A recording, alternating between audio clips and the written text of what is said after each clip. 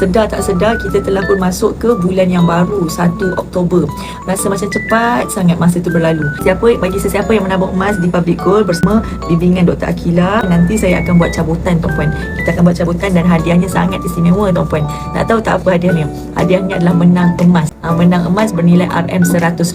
Lucky Draw ni adalah sebagai salah satu inisiatif saya untuk menghargai tuan yang memilih saya untuk menabung bersama Dr. Akila.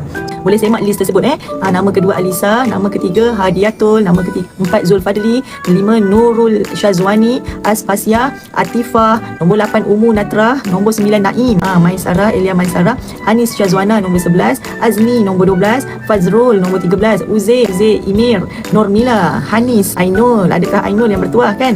Nur Nabilah, Nur Zuhailah, Muhammad Amar, Muhammad Fauzi, Nairah, nombor 24 Rumaisah, nombor 25 Kang Ni, nombor 26 Rahimah, nombor 27 Ros Zalia, nombor 28 Amira, 29 Ana Suha, 30 Hamzah, 31 Amira, 32 Zul, 33 Muhammad Firdaus, 34 Alia Nadira, 35 Azmawati, 36 Yusuf Adli, 37 Daniel Adli, 38 Luqman Adli, 39 Ashraf Muiz dan 40 Ana Balkis, Faiz Kiriza, Muhammad Syafiq, Kalsom, Aidah Syamila, Adawiyah, Fadli, Nurliana, Syira, Akmal Anwar dan Puan Su binti Abdul Hamid. Bismillahirrahmanirrahim. Kita cabut.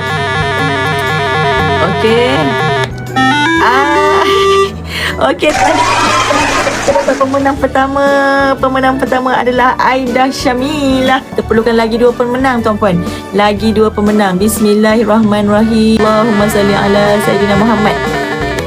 Okey. G019230. Pemenangnya Umu Natra. Adalah Cik Umu Natra. Tahniah. Kita nak buat cabutan nama yang ketiga untuk lucky draw malam ini. Bismillahirrahmanirrahim. Okey, tahniah. Nombor 71094 Puan Aspasia. Puan Aspasia yang bertuah. Okey, kita ada 3 pemenang Pemenang pertama adalah Cik Aida, yang kedua adalah Umu Natra dan yang ketiga Puan Aspasia. Okay. Alhamdulillah. Alhamdulillah. Jadi saya akan transfer kepada kalian semua. Saya akan cuba tengok boleh tak Maybank ni.